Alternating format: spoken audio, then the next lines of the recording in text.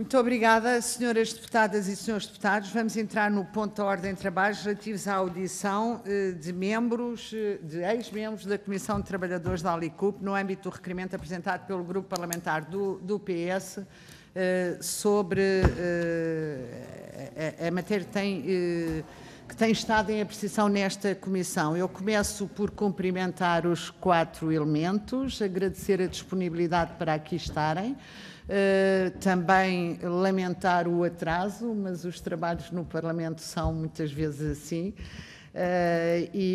mas estamos ainda em tempo. Esta audição vai decorrer com uma intervenção de 5 minutos por grupo parlamentar consecutiva, de todos os grupos parlamentares, começando pelo requerente, continuando por ordem decrescente, e depois será distribuído o tempo de 25 minutos pelos 4 elementos e não há intervenção inicial. Não há intervenção inicial porque é uma audição a requerimento, mas de qualquer forma eu terei toda a tolerância necessária do tempo e, portanto, no tempo de resposta, se houver uma intervenção programada, ela pode ser feita. Muito obrigada pela presença. Cumprimentos aos 4. Senhor Deputado Luís Graça, por favor. Sr. Presidente, muito obrigado. Senhores e senhores deputados, cumprimentar os nossos convidados, fazer uma declaração prévia. Entre eles está pelo menos um amigo pessoal. Nada disso fará com que não diga aquilo que penso.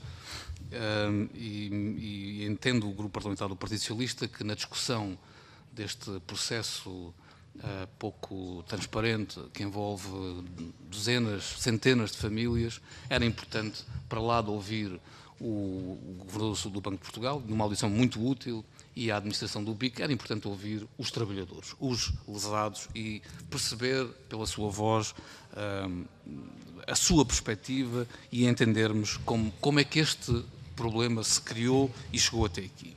No fundo, o que é que levou 246 trabalhadores de uma cooperativa de comércio alimentar a subscrever, junto do BPN, empréstimos individuais no valor de 1.479.000 euros para adquirir ações de uma empresa, a Urbisul, que por sua vez iria capitalizar a Alicup, a cooperativa onde todos estes trabalhadores exerciam as suas funções. Queria-vos pedir para que nos descrevessem o que vos foi explicado num exercício de regresso ao passado. Quem explicou? Quais os contactos que existiram convosco, com os trabalhadores da Alicup e com o banco, com o BPN como interlocutor? O que pretendemos saber é que, até à assinatura dos contratos de empréstimo, por exemplo, quantas vezes os trabalhadores foram ao banco, foram ao balcão do BPN? Ou que contactos o BPN fez convosco antes e até ao momento de assinarem estes 246 contratos individuais de empréstimo? Por outro lado, gostaríamos de saber que se tinham consciência do que estava em causa um empréstimo para a compra de ações.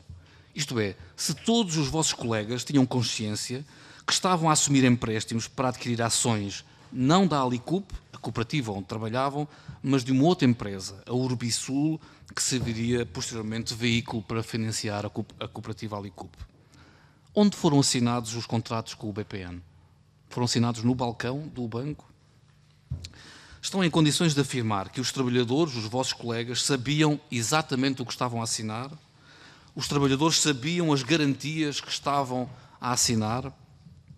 Gostaria que nos dessem a percepção global dos vossos colegas, a vossa e dos vossos colegas, em todo este processo. Até porque, depois da audição do Sr. Governador do Banco de Portugal, na minha opinião, na opinião do Grupo Parlamentar do PS, as vossas respostas ganharam também uma importância acrescida. Por exemplo, numa reunião de trabalho que o Grupo Parlamentar do PS e eu próprio tivemos com a Comissão de Trabalhadores da Alicup, foi referido por vós uma reunião, digamos uma reunião geral de trabalhadores com a administração da Alicup, onde terá sido feita uma analogia entre um avião com excesso de peso que entra em queda e a situação de grave dificuldade financeira da Alicup. E em que, alegadamente, terá sido dito que os primeiros trabalhadores a serem despedidos, tal como na queda do avião em excesso de peso, seriam aqueles que não tinham empréstimos firmados com o BPN. Eu gostaria de vos perguntar, agora aqui, se estão em condições de repetir o que me disseram na reunião de trabalho que tivemos há uns meses. Gostaria também de saber que documentação os trabalhadores tiveram de entregar ao banco para formalizar estes empréstimos.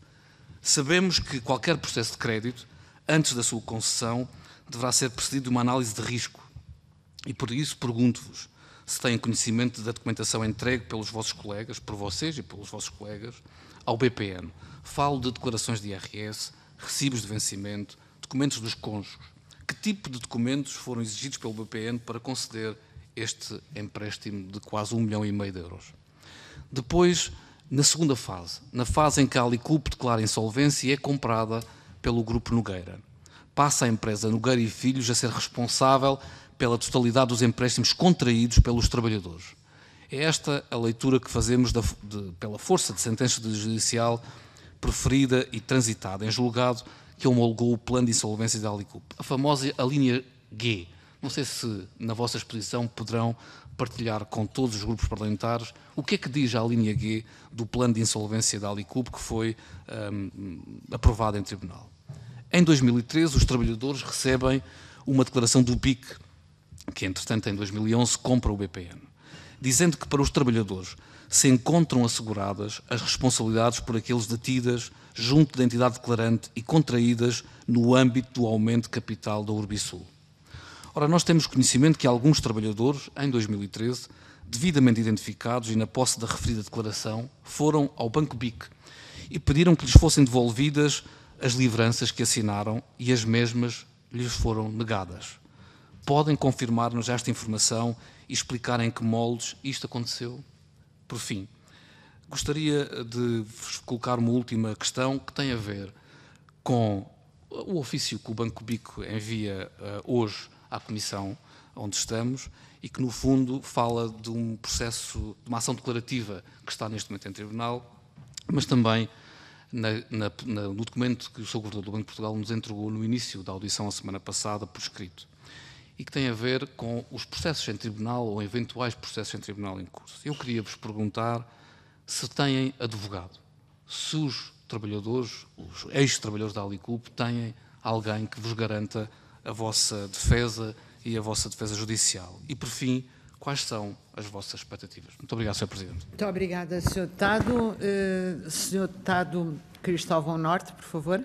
Muito obrigado, Sra. Presidente, senhoras e senhores deputados. Permita-me, em primeiro lugar, cumprimentar os representantes dos ex-trabalhadores da Alicup. Eu já tive a ocasião de reunir com eles e, portanto, conheço relativamente bem o processo.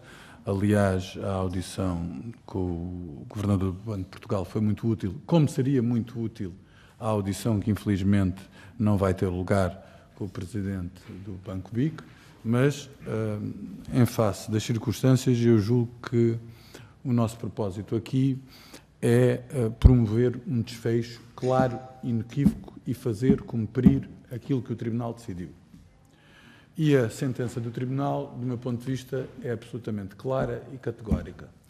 A sentença do Tribunal desonera os ex-trabalhadores da Alicup que contraíram os empréstimos, independentemente das razões que os levaram ou não a contrair os empréstimos, de irresponsabilidades passadas, presentes e futuras. E isso faz toda a diferença deste ponto de vista. Aliás, eu vejo com agrado a circunstância do BIC não referenciar no centro de responsabilidades. Porque, aliás, quando o BIC, por um lado, suscita uma ação declarativa simples, o próprio BIC reconhece que tem dúvidas sobre o que transitou em julgado. Ora, se reconhece que tem dúvidas sobre o que transitou em julgado, faz todo o sentido suscitar um parecer junto do Banco de Portugal para que não se dê o caso paradoxal de, solicitando ao Tribunal que o Tribunal se venha a pronunciar sobre qual é a decisão que, do meu ponto de vista, já foi preferida, mas pedindo outra vez uma aclaração do Tribunal a respeito daquilo que tinha que ser decidido, entretanto, colocar sob ameaça as pessoas, porque notificando-as para ficarem na lista negra do Banco de Portugal e mantendo as suas vidas em suspenso. Isso era notoriamente um absurdo. E eu julgo que, desse ponto de vista, já se fez caminho significativo e esse caminho deve-se, sobretudo, ao vosso empenhamento. É por isso que nós, na Assembleia da República, as forças políticas aprovaram por unanimidade os requerimentos que foram submetidos para vos ouvir, para ouvir o Governador do Banco de Portugal e o Presidente do Banco de BIC, porque, no fundo, isto é um processo que mais parece um processo de natureza kafkiana. Porque as pessoas têm, em 2012 e em 2013, a garantia de que estão desonoradas de obrigações que contraíram. Podemos discutir, uma vez mais, como é que elas contraíram essas obrigações, mas eu julgo que este não é, neste momento, o fulcro da questão. O fulcro da questão é construir uma solução para garantir que esta sombra que paira sobre a vida destas pessoas não se perpetua nem mais um dia, nem mais um minuto.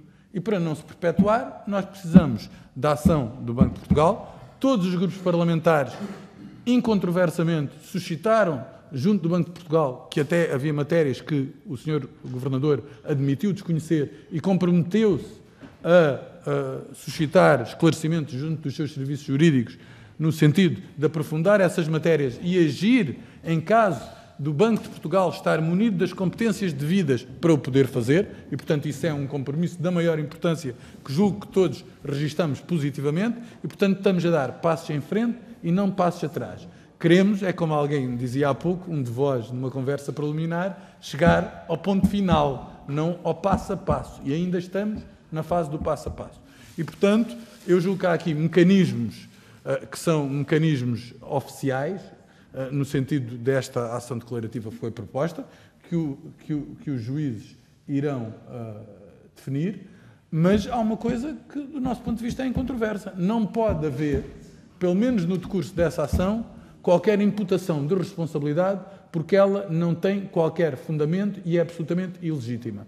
E o que eu vejo do e-mail que o BIC enviou é que há um reconhecimento dessa ilegitimidade em notificar as pessoas para o centro de responsabilidades sem que esteja definido. Ora, o que nós queremos é que o Banco de Portugal, e nós, enquanto órgão fiscalizador, suscite junto do BIC a circunstância que, da forma clara e transparente com que está definido o bom direito em 2012 e 2013, com uma sentença e um plano que foram homologados. Fazendo também outra coisa, que eu acho que é essencial. Houve trabalhadores que, por moto próprio, perante a iminência do lançamento de penhoras e do processo executivo, decidiram pagar. Esses trabalhadores têm razão para vir a ser restituídos do que pagaram e, eventualmente, vir a ser ressarcidos de alguns danos, de alguns danos emergentes que lhe causou essa decisão. E também para aqueles que, indevidamente, têm visto ser lançadas penhoras. Esses também podem vir a ter, se forem intentadas ações em tribunal, razão para reclamar esses danos emergentes que resultaram desse enriquecimento sem causa, porque o que estamos aqui a tratar é de um caso de enriquecimento sem causa. Não faz rigorosamente sentido lançar processos executivos, penhoras ou qualquer outra coisa, quando não há uma razão fundada para tal efeito. E isso constitui, do ponto de vista, enriquecimento sem causa, e nós esperamos que a Assembleia da República se constitua como um agente ativo para libertar estas pessoas desta circunstância penosa e sombria que, de forma absolutamente injusta e infame, se abate sobre as vossas vidas. Muito obrigado, Sr. Deputado. Sr. Deputado João Vasconcelos, por favor. Muito obrigado, Sra. Presidente, Srs. e Srs. Deputados. Cumprimentar, a nome do Bloco de Esquerda, os representantes dos trabalhadores do Grupo Alicup. Efetivamente, para o Bloco de Esquerda, isto é uma situação inadmissível e que não devia ter acontecido. Os trabalhadores, e muitos ex-trabalhadores do Grupo Alicup, estão a ser severamente penalizados, estão a ter uma vida muito difícil, uma vida torturada, uma vida com muito sofrimento, perante uma situação em que eles não foram os responsáveis. Contribuíram de boa fé para tentar salvar um grupo que estava a atravessar grandes dificuldades financeiras, económicas. Gostaria de saber se, nesse processo, 2007-2008, se foram objeto de chantagem, se foram objeto de pressão na altura e por quem. relativamente ao facto de não assinarem os documentos, se poderiam ir para o desemprego, ou o que é que lhe poderia acontecer. E, de facto, temos aqui uma decisão do Tribunal e que o Grupo BIC, antes o Grupo PPN, que não está a cumprir. E essa decisão é muito clara, que desonera os trabalhadores, todas as dívidas, enfim, dos empréstimos contraídos, passados e futuros, e também têm direito a que sejam devolvidas os montantes que pagaram, entretanto. E isso é de toda a legítima justiça. É por isso que o Bloco de Esquerda fez um requerimento que foi aprovado, enfim, na Comissão, para a audição do Sr. Governador do Banco de Portugal e também do Administrador do Banco BIC, e lamentamos que o Administrador do Banco BIC opte por responder por escrito e não queira vir à Comissão. Isso denota aqui uma posição, enfim, de arrogância, de não querer saber dos problemas dos trabalhadores. Não obstante, embora o deputado do PSD diz que a situação está em vias de resolução, pelo menos que indicia que a situação poderá estar em vias de resolução. Mas o problema é que não está. Esse é que é o problema. É que temos estes trabalhadores, esta gente, que de boa fé tomou uma iniciativa, uma atitude, e agora estão a ser penhorados pelos vistos. Gostava de saber também se há execuções, se há penhoras, quantas penhoras, etc., etc., para saber exatamente em que pé nós estamos. E, por exemplo, os montantes pagos, quantos trabalhadores, ou mais ou menos, as importâncias que foram pagas relativamente, os problemas que estão a ter neste momento, ser de casos muito difíceis, de pessoas que estão a atravessar neste momento as suas vidas, porque tiveram que despender dinheiro para pagar os empréstimos, com medo das penhoras, com medo das execuções, efetivamente. E o Banco de Portugal também não está a cumprir aqui as suas responsabilidades, relativamente às pessoas indefesas, que atuaram de boa fé. O Banco de Portugal não basta, não serve só para atuar em prol da banca privada. Longe disso, e foi isso que eu disse ao Sr. Governador do Banco de Portugal. Os trabalhadores, os senhores e outros, não têm que estar inscritos no Centro de Responsabilidades do Banco de Portugal, porque eu faço ideia, os problemas que têm tido relativamente junto de outras instituições financeiras, que não lhes vão conceder qualquer empréstimo. Portanto, a nossa posição é muito clara para o Bloco de Esquerda. Para o Bloco de Esquerda, não deverão continuar inscritos, fichados no Centro de Responsabilidades do Banco de Portugal. Isso deve ser anulado muito rapidamente. Por outro lado, o Banco BIC deverá anular, portanto, sentenças anteriores e naquelas que estão em andamento de penhoras, de execuções, e também deverá devolver os montantes aos trabalhadores, aquilo que foi pago. É isso que se exige. É uma questão de justiça. Aliás, eu atrevo-me a dizer, isto é uma questão de direitos humanos. Que país é o nosso, afinal? Não temos um país só para defender os bancos privados, para defender as PPPs, para defender os poderosos. É necessário que as instituições deste país, nomeadamente o Banco de Portugal, também veja aquilo que se passou e que é fruto de uma injustiça. Portanto, aquilo que o Bloco de Esquerda exige é que seja reparada, de facto, esta injustiça, nos termos corretos, nos termos adequados, e que estes trabalhadores deixem de sofrer, deixem de ficar cada vez mais penalizados em relação à situação que atravessam neste momento. E eu só ia pedir desculpa, portanto, aos representantes dos trabalhadores, senhores e senhores deputados e ao Sr. Presidente, eu vou ter que me ausentar, que estou aqui numa comissão de inquérito, mas naturalmente depois ouvirei também a gravação aqui desta audição. Muito obrigado. Muito obrigado, Sr. Deputado. Sr. Deputado Paulo Sá, por favor. Obrigado, Sra. Presidente. Antes de mais, queria cumprimentar os representantes dos ex-trabalhadores da Alicup, dar as boas-vindas aqui à Assembleia da República e dizer que é importante que possam vir a esta casa dizer de viva voz aquilo que se passa, porque muita gente não acredita simplesmente que isto pudesse ter acontecido e que esteja a acontecer. A primeira reação de muita gente quando toma conhecimento deste caso é de incredulidade. Não acreditam que isto possa ter acontecido no nosso país, possa ter acontecido no passado e que esteja a acontecer agora. Os problemas são antigos e não só são este problema que estamos a tratar hoje. Lembram-se com certeza, ainda no tempo da Alicup, dos salários em atraso, depois posteriormente, quando já era o Grupo Nogueira que tinha a gestão, a dificuldade no pagamento das indemnizações, obrigando os trabalhadores a deslocarem-se à sede para presencialmente recolherem mensalmente as suas indemnizações, um conjunto de problemas que o PCP tem acompanhado e também este problema que nos traz hoje especificamente aqui.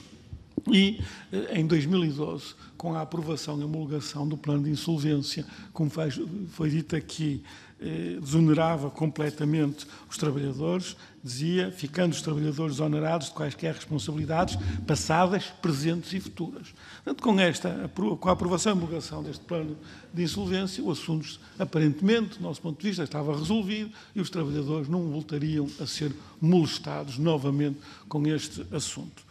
E, portanto, foi com grande surpresa que vimos novamente, em finais de 2018, desta vez o BIC, que resultou da privatização do BPN, novamente a voltar à carga e a tentar cobrar estas dívidas aos trabalhadores, ignorando todo o historial. E, perante isto, só podemos dizer que não vale tudo. Não vale tudo na procura deste banco dos seus lucros.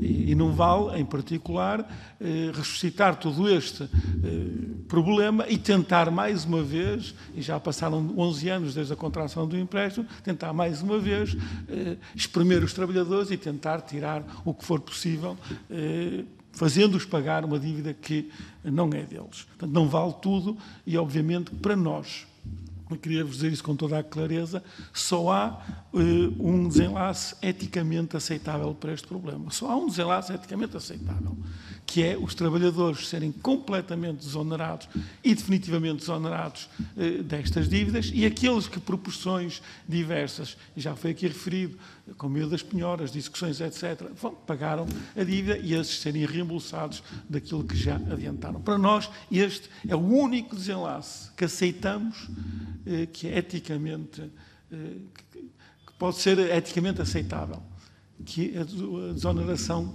total e definitiva dos trabalhadores.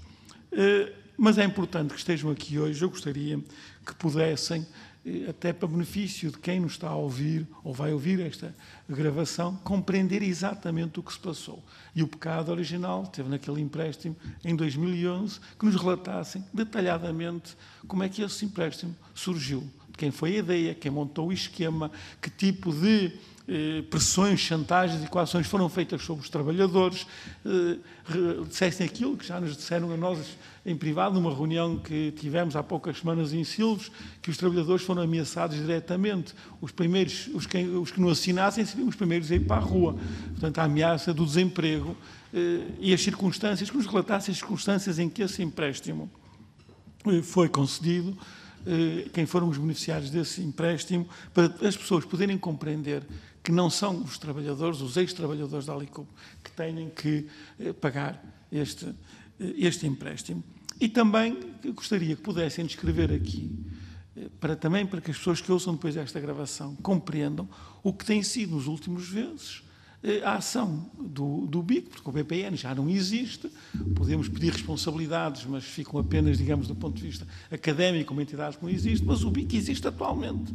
E o que é que o BIC vos tem feito passar ao conjunto de mais de 200 trabalhadores nos últimos meses e a forma como vos tem feito a vida negra, tentando, por todos os meios, eticamente até reprováveis, extorquir aos trabalhadores um dinheiro que corresponderia a essa dívida da qual os trabalhadores foram completamente desonerados pelo plano de insolvência em 2012. E é importante que este caso seja ouvido, tenha repercussões públicas, as pessoas compreendam exatamente o que é que estão a tentar ao longo destes anos todos e ainda estão a tentar fazer.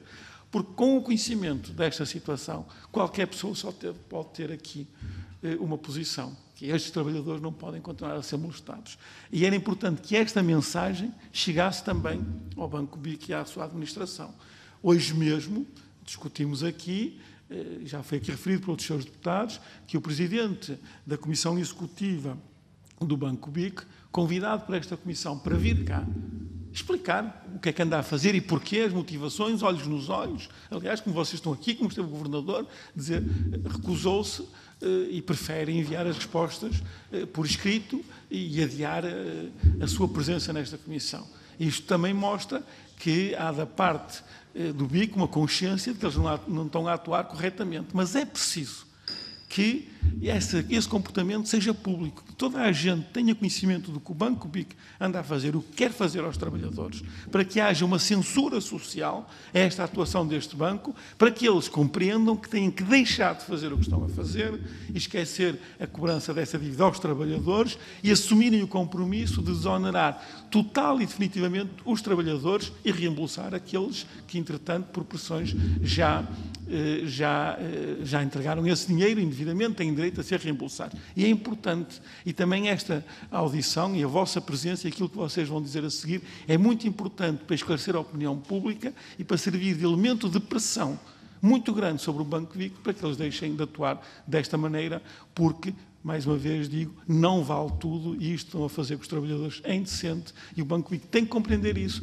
tem que merecer uma profunda censura social e o Parlamento, ao chamar-vos aqui, ao dar-vos a palavra para vocês poderem contar de viva voz o que aconteceu, também contribui para que essa censura social chegue ao Banco BIC e o Banco BIC deixe de fazer o que está a fazer.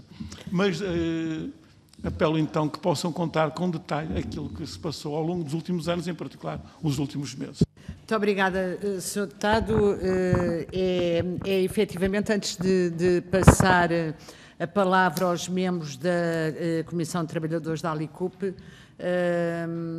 nós aqui nesta Comissão temos acompanhado o sistema bancário e, portanto, lançamos daqui injunções não só ao BIC como a todo o sistema bancário, porque o caricato de tudo aquilo que se passa, que se tem passado, é que há devedores na ordem dos 1.000 milhões e que não estão a ser, digamos, perseguidos e depois encontramos situações desta natureza. Temos até o Presidente da Comissão de Acompanhamento da gestão do novo banco que veio aqui dizer que a afirmação do Presidente da Comissão de Acompanhamento e não nossa, que muitos desses grandes devedores não eram perseguidos, digamos assim, que não eram não lhes era cobrado,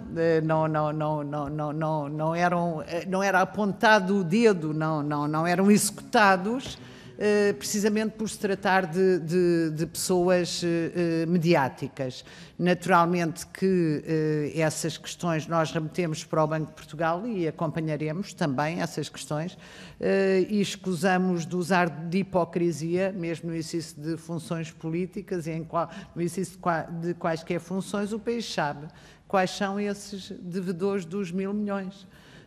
E se o país sabe quais são esses devedores dos 1.000 milhões, também as administrações dos bancos sabem quais são, por maioria da razão, esses devedores de 1.000 milhões. Esta minha intervenção é apenas para acentuar o caricato desta questão. E também para acentuar o facto de foi com enorme espanto que eu me apercebi do que foi possível acontecer no país, costumamos chamar o país de Abril, nestas últimas décadas. É de facto extraordinário como foi possível acontecer aquilo que nos é relatado aqui relativamente à ALICUP e que terá acontecido a muitos outros e que não chegaram a ter voz por alguma razão. E, portanto, isso que fica aqui bem acentuado.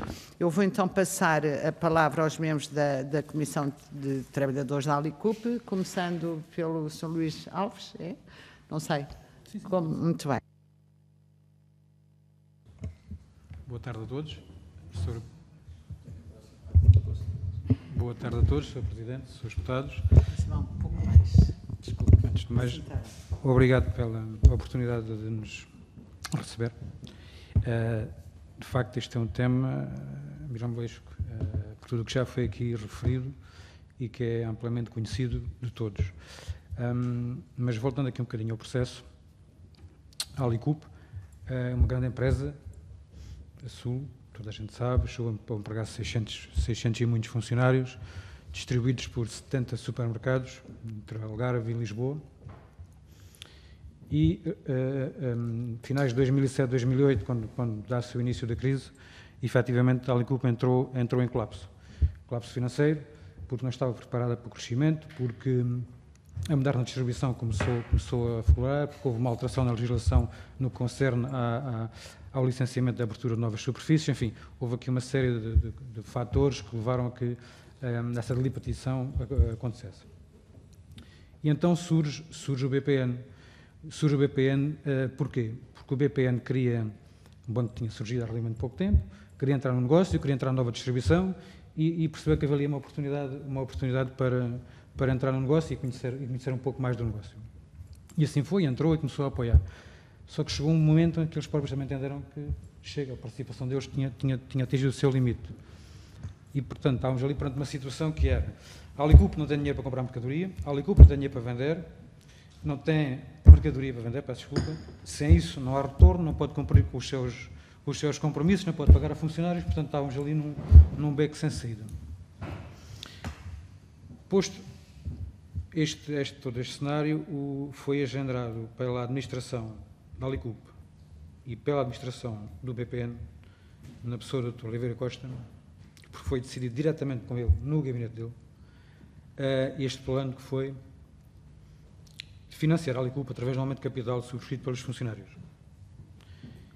Ele tinha em mente que era capitalizar a Alicup, fazer uma reestruturação e continuar com a Alicup, porque entendia que havia viabilidade para isso. Só precisava de recursos para poder dar esses passos. Mas o BPN teve aqui uma ação, teve aqui uma segunda intenção, e nisso temos que ser construtivos e condenar aqui, desde logo aqui. O BPN, quando monta esta montagem, quando monta esta operação é aprovada por 3 milhões de euros. Eu vou repetir, esta operação é aprovada por 3 milhões de euros. O BPN começa a montar a operação de crédito junto dos trabalhadores e quando chega a 1,5 milhão de euros para. Deixou de pressionar, deixou de deslocar-se às lojas para, respondendo à pergunta do Sr. Deputado, deixou de deslocar às lojas para recolher a assinatura dos funcionários, muitas vezes em circunstâncias que eram em cima de uma caixa de papelão. Ok? Não foi os funcionários que foram ao banco. O banco foi ter com os funcionários com a pressa de recolher assinaturas. Isto está que ser dito e ficar registado. Portanto, isto não é normal, pois não? O que é que o banco tinha aqui em mente que não nos disse, a nós, provavelmente nem à administração? O banco queria receber o dinheiro que estava em descoberto na conta DO. Ok? O banco o que é que faz? Dá com uma mão e retira com a outra. E mais, ficam aqui crucificadas 246 pessoas. Isto, meus amigos, desculpem lá, isto é criminoso. Nós ficamos onerados e o banco retira o dinheiro e não viabiliza a empresa. Isto tem de ser dito. É simples e é frio, mas é verdade. Não sei, eu vou repetir. O banco tinha em falta na sua conta, Sr. Presidente, vou-lhe mostrar.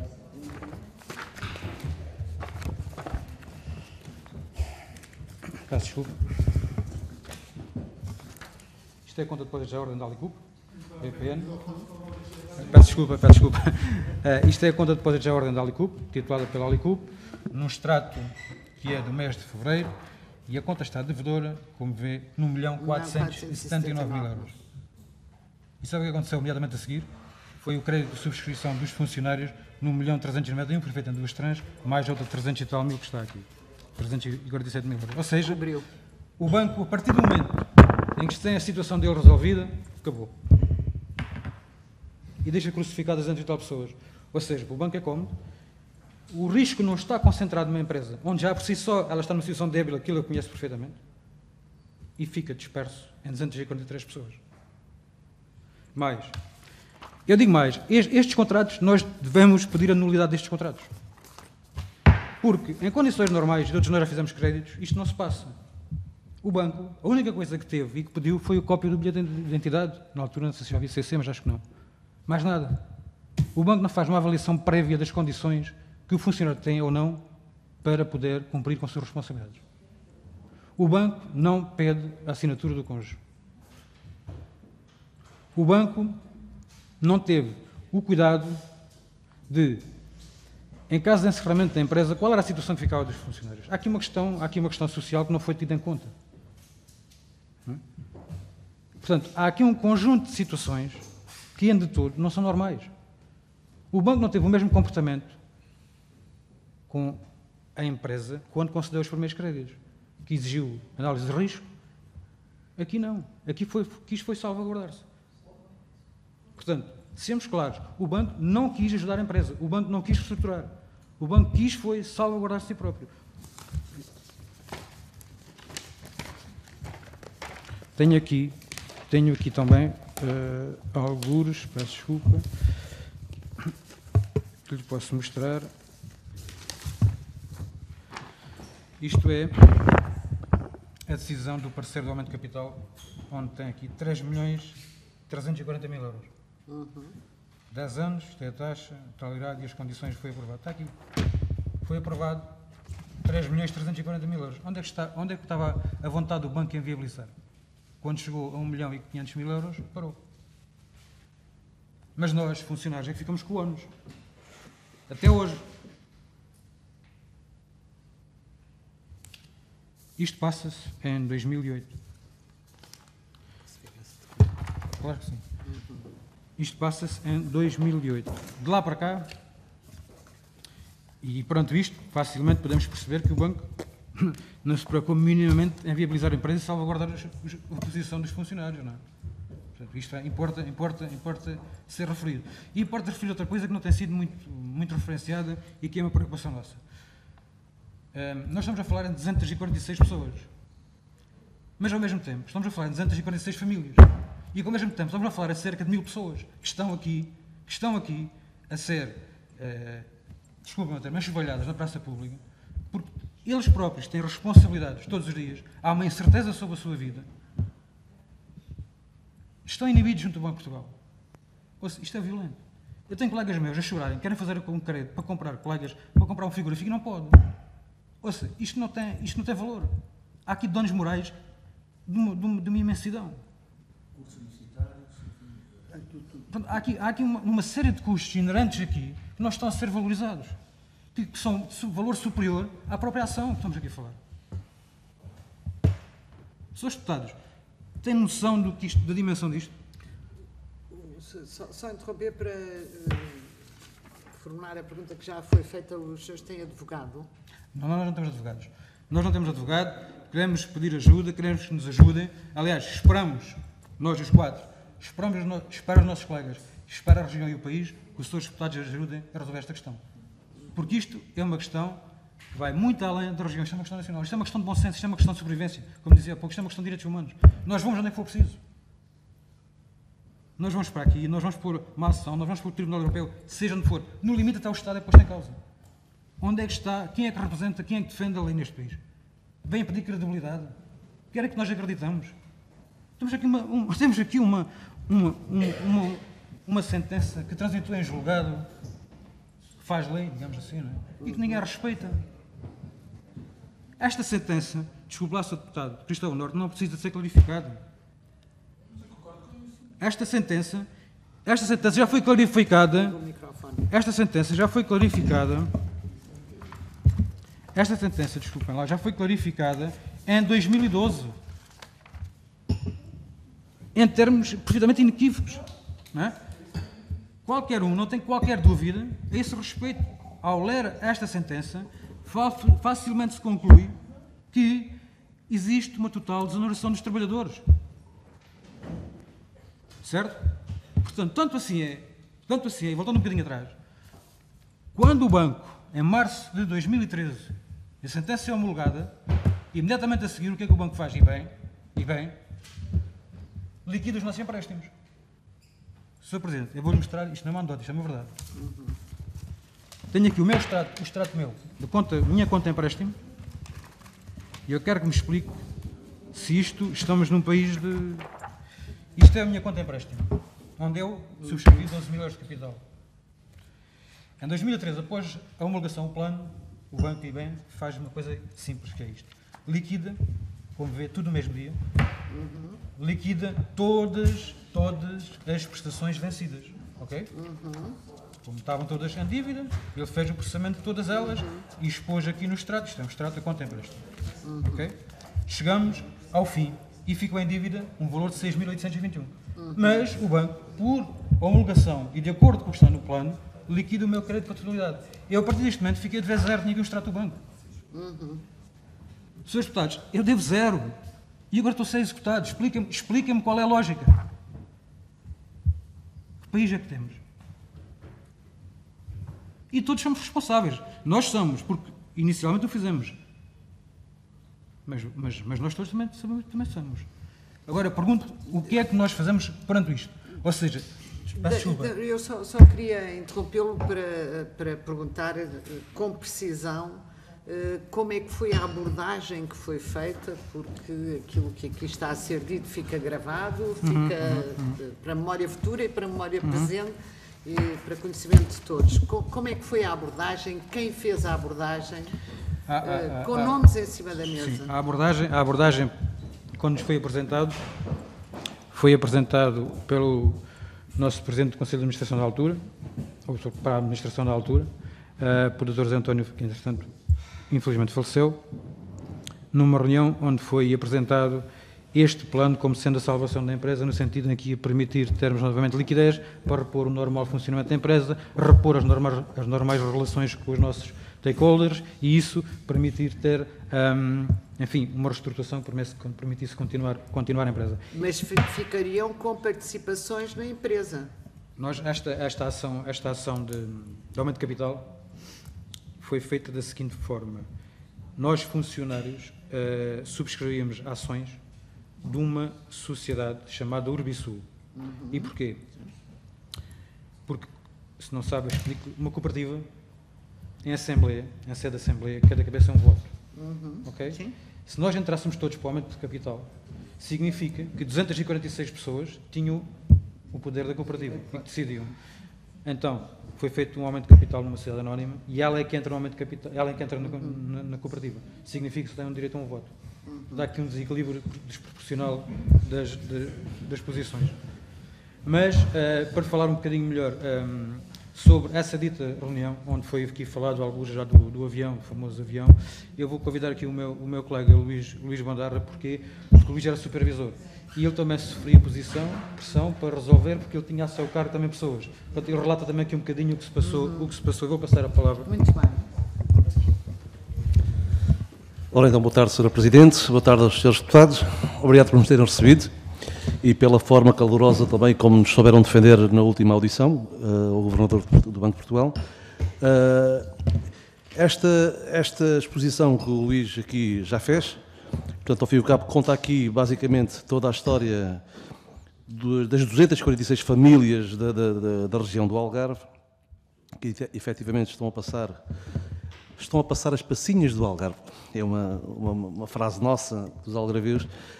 E esta questão que o Luís aqui falou resume-se a isso.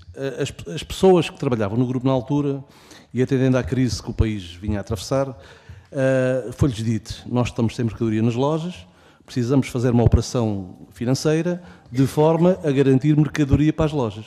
E foi isto que foi transmitido às pessoas na altura. Ou seja, os colaboradores, eu fazia a zona de Portimão, era supervisor das lojas da zona de Portimão até Lagoa, e aquilo que me foi transmitido na altura para a administração foi: digam lá aos colaboradores que se não assinarem os empréstimos, o avião vai lá em cima, vai voando, e se não cooperarem, são os primeiros a saltar do avião cá para baixo sem paraquedas. Obviamente, para bom entendedor, meia palavra basta, e grande parte, e nós em parte supervisores, nós éramos... Eu peço desculpa interromper, essa expressão foi utilizada por quem? Pelo presidente da empresa, que infelizmente já faleceu, mas que causou grande receio junto de toda a massa trabalhadora. Ou seja, país em crise, desemprego, as pessoas viram-se ali confrontadas com os atrasos dos vencimentos, com situações da vida particular de cada um para cumprir junto dos bancos, com empréstimos e a faixa etária. E as pessoas pensaram: é aqui a nossa boia de salvação. Se nos estão aqui a pedir a nossa assinatura para contrair o empréstimo, para comprar mercadoria, para revitalizar a empresa, então grande parte das pessoas foi atrás desta situação. E grande parte, e quero aqui testemunhar isso, grande parte dos contratos foram basicamente assinados em cima de paletes nos armazéns das lojas. O que isto é, não lembra a ninguém. Quer dizer, aparecia alguém do BPN com uma pastinha debaixo do braço, olha, mandaram-nos vir aqui, faz favor, senhor fulano, assina lá aqui. E a pessoa assinava de cruz. E grande parte, senhores deputados, isto é que é grave, grande parte dos documentos eram em branco. Agora, atendendo, e acho que os senhores deputados vão compreender, grande parte dos colaboradores da empresa eram pessoas que não eram muito letradas. Portanto, eram pessoas humildes, da nossa região, que trabalhavam atrás de um balcão, que trabalhavam atrás de uma caixa registradora, que trabalhavam no armazém, que faziam reposição, de pouca cultura em termos de educação. E foram levados um pouco nesta situação que, para mim e para todos os meus colegas, isto foi um drama, isto está a ser um drama.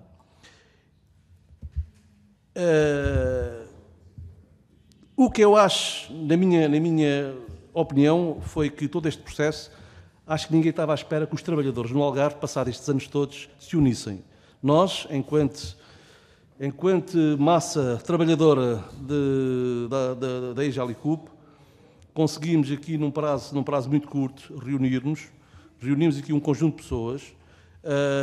Das 246 conseguimos fazer uma reunião à volta com 150, conseguimos resgatar 150 colegas, que em grande força criamos aqui sinergias de forma a pormos o país a falar da ALICUP e a falar deste problema. E acho que, modesta parte, acho que conseguimos. Acho que este grupo conseguiu esse milagre e hoje estamos aqui na Assembleia da República a falar de um problema que aflige 246 famílias, não são 246 funcionários. Atrás de cada trabalhador está uma família em grandes dificuldades e nós o que vos pedimos, à nação, ao Governo, à Assembleia da República, aos nossos deputados, aqueles que foram eleitos no Algarve, e desde já agradeci aqui no início e vou agradecer de novo, têm feito um trabalho excelente no apoio, independentemente da sua cor partidária, que aqui não se fala em partidos, fala-se de um grande apoio que deram, efetivamente, a estas 246 famílias no Algarve. Agora, nós o que queremos, efetivamente, é ficar desonerados deste encargo. E por isso, nós já estamos em 2012. Pedíamos, porque a dívida não é nossa. A dívida que nunca foi nossa. Nós fomos supostamente enganados. Não sei se o termo será o mais adequado, mas supostamente fomos aqui enganados. Efetivamente, fomos aqui explorados e agora estamos a pagar uma fatura pesada. Eu pessoalmente já passei situações complicadas. Aliás, o Sr. Deputado Luís Graça sabe que, na altura, e eu já agora sou uma à parte, eu durante 20 anos fui autarca de freguesia. Fui presidente de junta lá da minha freguesia, no Algarve, concretamente da Vila de Odiás, e nem tinha meio tempo, nem tinha tempo inteiro. Quer dizer, tinha lá os 246 euros que nós ganhamos, que é uma espécie de senha de presença, por mês, e ficamos ali quase 3 anos desempregados. Eu vivia com esses 246 euros, já falo da minha pessoa, dou aqui o meu exemplo. Eu era presidente de junta em que toda a gente me batia à porta a pedir ajuda e eu vivia com 246 euros, caros senhores deputados. E isto é replicado agora para as 246 pessoas da região. Portanto, é só para termos aqui noção, efetivamente, do drama social que durante estes anos aconteceu na região algarvia. E felizmente nós conseguimos aqui unir este grupo de pessoas e toda a gente está a aderir. Estamos a tentar contactar empresas, associações, municípios. Estamos a contar também com a colaboração em força da AMAL para nos dar ali um apoio de peso, de forma a conseguirmos os nossos intentes e os intentes, efetivamente, é ficarmos desonerados deste pesadelo. Desculpem lá usar este termo. Porque há aqui uma questão que queremos frisar e reforçar. Nós não estamos a pedir o perdão da dívida, como alguém já falou nisto, e que isto fique bem claro. Nós não queremos, aliás, seria até abusivo da nossa parte pedir o perdão a uma coisa que não é nossa. Na verdade, o que nós pretendemos é que o banco vá reclamar este crédito junto de quem foi constituído neste plano. Agora, o problema está, e o que está por trás disto, é que o banco percebeu que na insolvência não vai receber nada. E o banco, percebendo isto, veio para cima de nós trabalhadores, que já estamos livres disto. Aliás, nós desde 2013 a 2018 não existimos. Nem tínhamos que existir, isto já não era nosso. Porquê que agora voltaram-se outra vez contra nós? Quando nós devemos zero, eu mostrei-lhe, tinha que mostrar, eu devo zero. Vão preencher uma livrança de execução com que valor? Expliquem-me. Pois vocês não sabem, nós também não compreendemos. E quem deveria responder? Hoje não vem cá.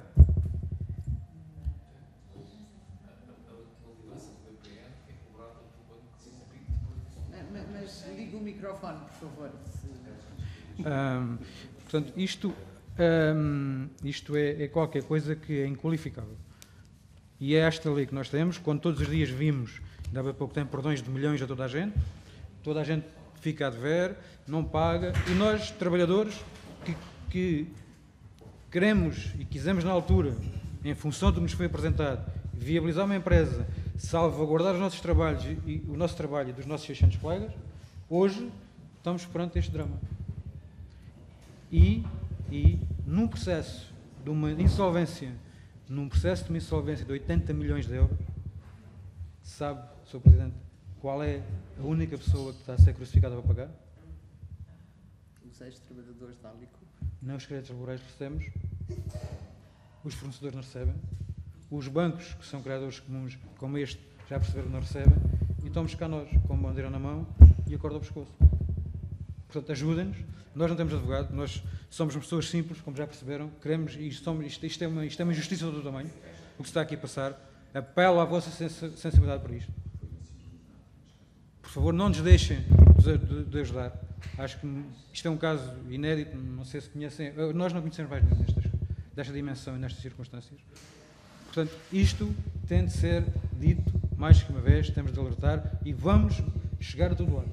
Nós não vamos ficar de braços cruzados. O banco, verdade seja dita, e fazer aqui um parênteses, o banco, nos últimos 2 meses, desde que nós fomos falar com o banco assumiu aqui 3 ou 4 passos e que realmente os fez. E isso também não queremos deixar de o dizer. O banco comprometeu-se a suspender todos os processos executivos e fê-lo.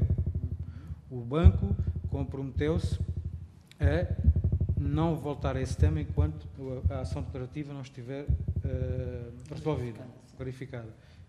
Neste momento está suspenso. O banco comprometeu-se a retirar as pessoas do CRC. Ontem tive uma chamada a confirmar que isso está feito. Agora, nós entendemos que é pouco.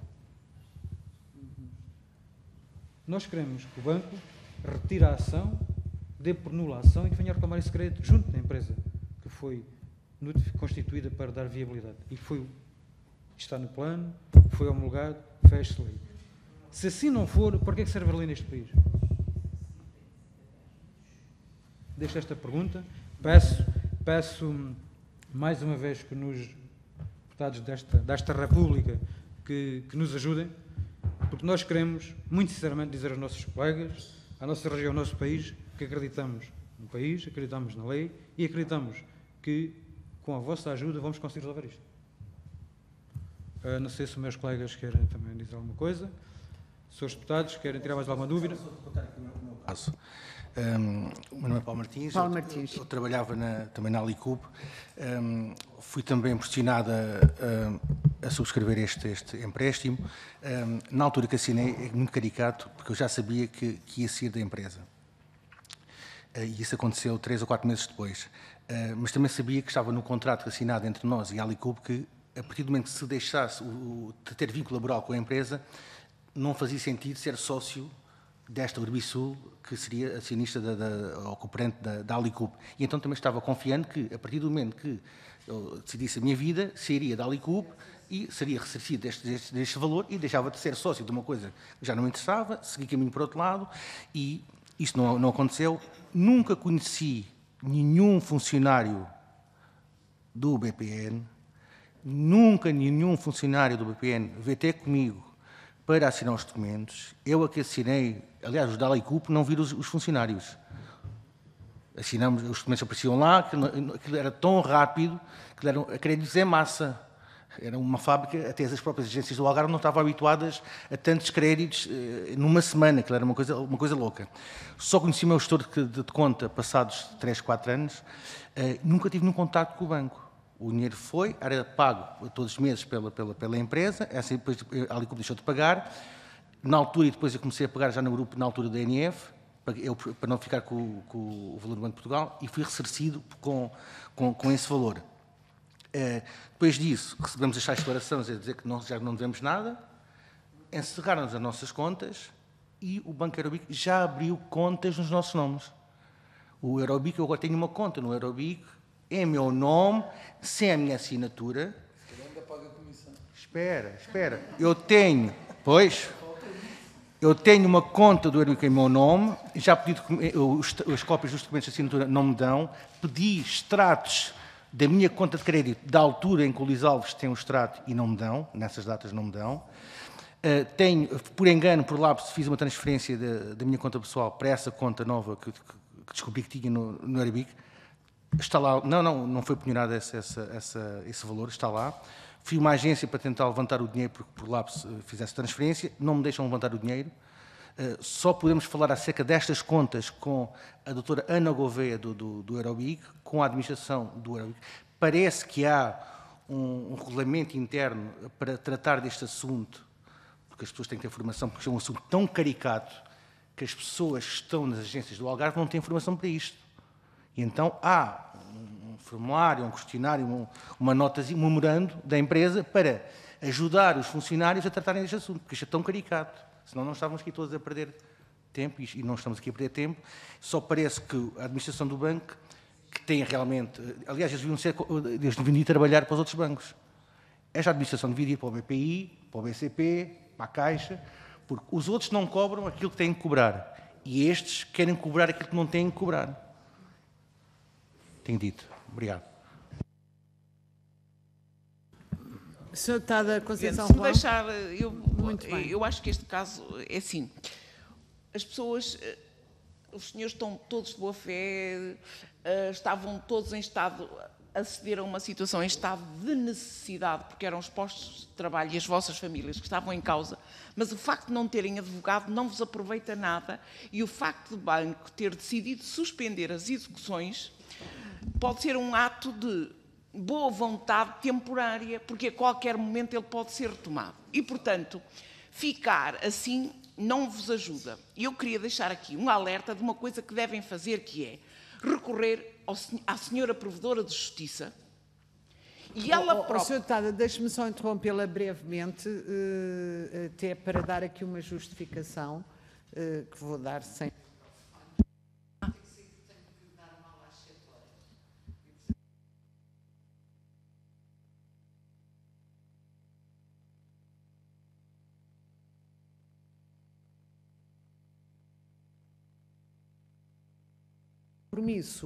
É um compromisso que é assumido por esta Comissão, que recolhemos agora algumas informações, designadamente a questão de haver um regulamento interno, é um documento que nós podemos pedir para nos ser facultado, falou-nos da pessoa responsável pelas contas que foram abertas sem a assinatura das pessoas. Há uma série de informações que nós podemos pedir desde já ao banco e até chamar esta senhora. Qual foi o nome que me disse? Ana Gouveia. Esta declaração emitida pelo banco, assinada pelo gerente do banco e o subgerente do banco, foi assinada com que indicação? Por autoria própria, por autoria da administração, do recuperação de crédito? Qual foi?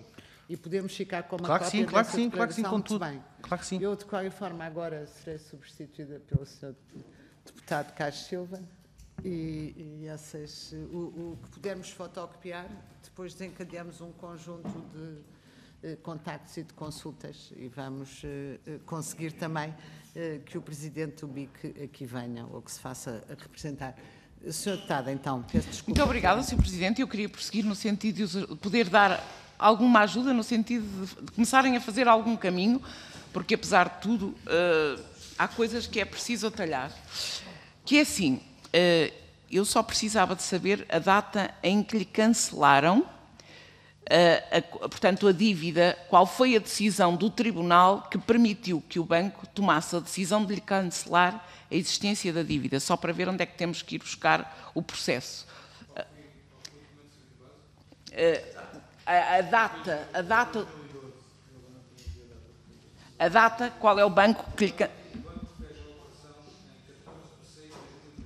2013. E a data da sentença? Tem a data da sentença. Isto é só para os localizar, porque qual é o banco que lhe cancela? É a Caixa Geral de Depósitos? Ou é o... Em 2013 já é o BIC que vos cancela a dívida. Ok. Mas há uma coisa que é anterior e que não pode deixar de ser conhecida. Porque assim, quem vende é a Caixa Geral de Depósitos. A Caixa Geral de Depósitos vende ao BIC, sim, o BPN. Desculpa, o BPN foi nacionalizado. Foi entregue à Caixa Geral de Depósitos. E é a Caixa Geral de Depósitos, desculpa, é a Caixa Geral de Depósitos que vende ao BIC. Portanto, é preciso saber exatamente em que condições, porque o problema não é no BIC, o problema é anterior, é na Caixa Geral de Depósitos. Como é que foi feita a transação relativamente a estes créditos e qual foi... É preciso ir um bocadinho mais atrás. Eu peço imensa desculpa, mas isto não é o que parece. Isto em direito não é o que parece, é aquilo que tem que ser. Portanto, é preciso ir à Caixa Geral de Depósitos, perceber como é que ela fez a alienação deste crédito sobre os trabalhadores.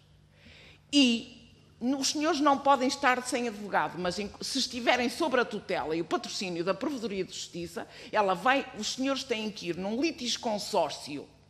Litisconsórcio é reunirem-se para defender o vosso direito em conjunto, não pode ser um individualmente. Os senhores têm que ir num litisconsórcio necessário para defender o vosso direito. E estando sob o manto da Provedoria de Justiça, eles vão indicar-vos um modo dos senhores terem advogado sem terem custos com ele. Portanto, isto é básico e têm que ir à Caixa Geral de Depósitos, mas têm que dar esses dados, fazer uma espécie de um memorando. Na data X aconteceu isto, na data Y aconteceu isto, na data Z aconteceu isto. É público que foi a Caixa Geral de Depósitos que vendeu ao BIC os créditos que recebeu no âmbito do BPN. E, portanto, a Caixa Geral de Depósitos tem que explicar quais eram os encargos honorados e porque é que não lhes devolveu, se ainda não tinha decisão nessa altura, fez transitar. E, portanto, tudo isto tem que ser escalpelizado, mas sobre a batuta... A Caixa apenas segurou a gestão, os créditos não passaram para a Caixa. Mas... Vamos tentar não destabilizar a comissão que estava a correr bem. Sr. Presidente, mas está-se a misturar aqui a Caixa Geral de Depósitos, como se a Caixa tivesse alguma coisa a ver com isto. Os créditos foram concedidos pelo BPN, o BPN, depois de privatizado, manteve-se como um banco independente, apesar da gestão ser assegurada pela Caixa, e depois foi privatizado e transformado em BIC. Portanto, a Caixa nunca teve estes créditos. Os créditos eram do BPN e depois passaram para o BIC. Vamos tentar, eu vou dar a palavra. Tudo, Peço desculpa, senhores deputados. Já estamos a meter eu passarei a assegurar a condução dos trabalhos, darei a palavra de forma civilizada a todos que pedirem a palavra, não temos limites de tempo, o que é importante é darmos um contributo válido àquilo que são os pedidos feitos pela Comissão de Trabalhadores da ALICUP, no sentido de os ajudarmos a resolver isto. Eu penso que não vale a pena elaborarmos sobre teses. Foi um bom contributo da deputada Conceição Bessa Rolão, porque na realidade houve aqui pelo meio uma nacionalização do BPN. Eu recordo-me que a gestão desses ativos foi assegurada pela Administração da Caixa Geral de Depósitos, mas o deputado Paulo Sá também pode ter alguma razão na medida em que o Banco BPN se manteve com uma gestão independente, embora assegurada pelos administradores da Caixa. Mas, de qualquer forma, portanto, pode ser uma pista e, portanto, tudo ok. Agora, não valerá a pena continuarmos aqui a lançar pistas que depois ainda vão atrapalhar mais esta questão. Mais algum dos senhores deputados quer usar da palavra? Em que data? Depois daria depois a palavra a mais algum dos senhores deputados sobre esta situação anterior quer usar da palavra? Não querendo, eu passaria então aos senhores da Comissão de Trabalhadores da ALICUP para colocarem algumas questões que eventualmente depois destas questões suscitadas, portanto, tenham para colocar. Sobre este tema que a deputada levantou, sobre o tema, é um bom tema, mas penso que essa operação se passa a posteriori. Ou seja, este plano já é posterior à venda da Caixa. No limite, podíamos perceber se eles ficariam no par valor ou passariam para o BIC. Mas, como eram créditos garantidos, provavelmente eles passaram, porque eram créditos bons, entre aspas.